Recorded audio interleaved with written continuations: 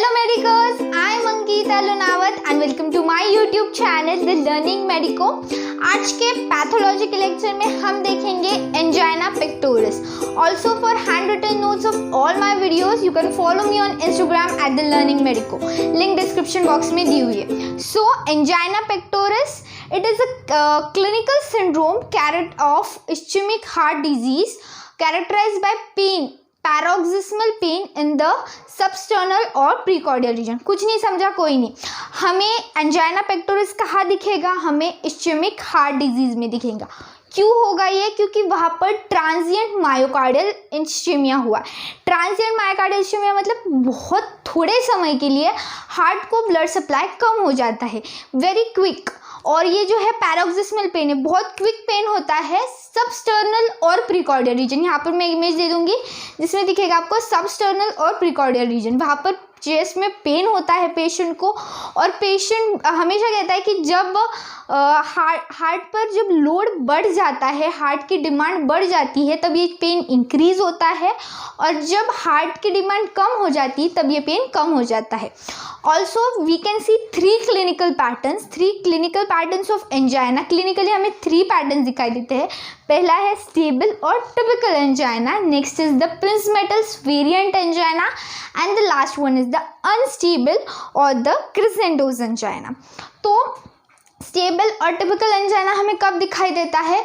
कि जब पेशेंट बहुत फिजिकल वर्क करता है या फिर वो किसी मेंटल एक्साइटमेंट में जाता है, बहुत खुशी की बात हो जाती है, तो पेशेंट बहुत एक्साइटमेंट में चला जाता है और तब उससे पेन होता है। सो पेशेंट हमारे पास आता है और वो कहता है कि हाँ, आज कल मैंने बहुत काम कर लिया और उसके बाद मुझे बहुत पेन होने लगा है।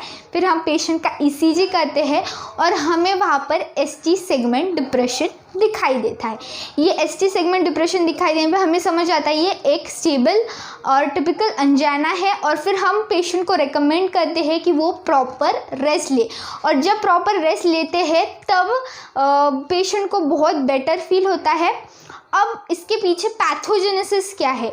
ये होता है chronic stenosis of coronary arteries की वजह से।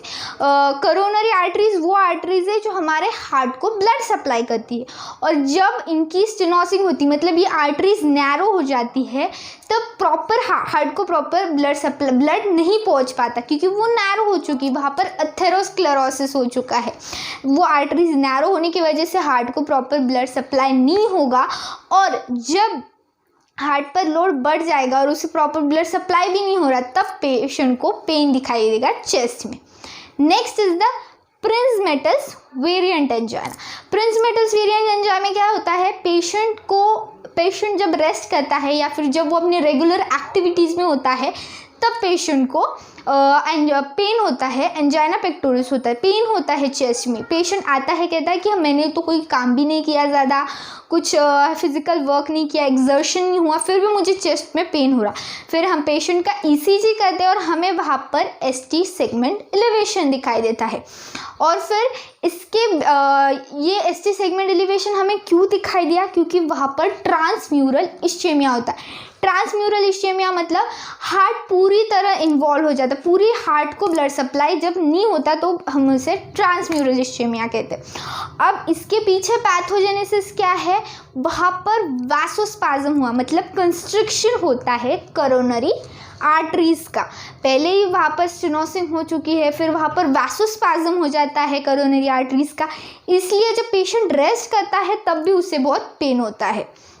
Next it is the unstable or the crescendos angina. इसमें पेशेंट क्या कंप्लेन करता है कि उसे बहुत प्रोलॉन्ग ड्यूरेशन के लिए पेन होता है, बहुत देर के लिए पेन होता है, और तब पेशेंट आपके पास आता है, हम उनका ईसीजी करते हैं और हमें कुछ भी एसटी सेगमेंट एलिवेशन भी नहीं और डिप्रेशन भी नहीं दिखाई देता, हमें नॉर्मल दिखाई देता है। और फिर तब भी अगर पेशेंट कंप्लेन करता है कि उसे चेस्ट में पेन है, then it is one of the indicative कि पेशेंट एक्यूट मायोकार्डियल इन्फेक्शन में जा सकता है। So this is the unstable or the crescendos angina which is indicative that the patient may go in an acute myocardial infection. So हमें उसे proper वैसे treatment देनी होगी। So this was the angina pectoris. वहाँ angina pectoris, it is a clinical syndrome of ischemic heart disease due to transient myocardial infarction. जब आप एक एक वर्ड को अंडरस्टैंड करोगे तो आपको ये बहुत इजीली समझ में आएगा. ये टॉपिक बहुत इजी है. And the clinical patterns which we can see is stable typical angina, stable or typical angina, Prince-Metters variant angina, and the last one is the unstable or the crescendos angina.